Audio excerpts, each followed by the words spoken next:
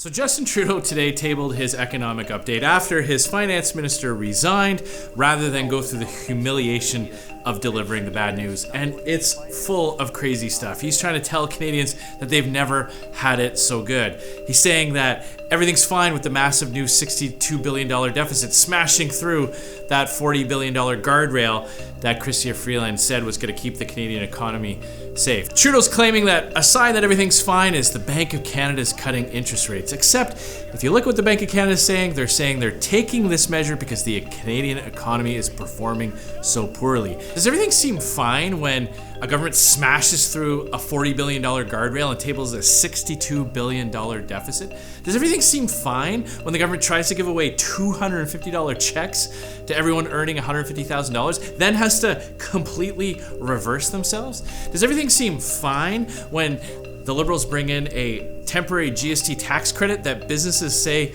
they can't implement, that Trudeau himself says will be optional, and Canadians are told to keep the receipts, send them into the CRA, and hope for the best? Does everything seem fine where nobody knew who the finance minister was in a G7 country for 6 hours? Crime, housing, immigration, opioids, our border, it's all out of control. Nothing's fine.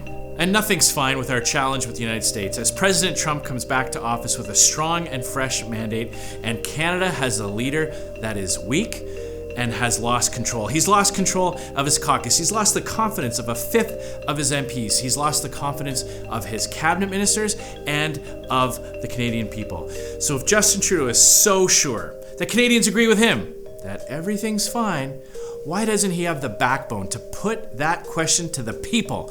Call a carbon tax election so Canadians can decide for themselves.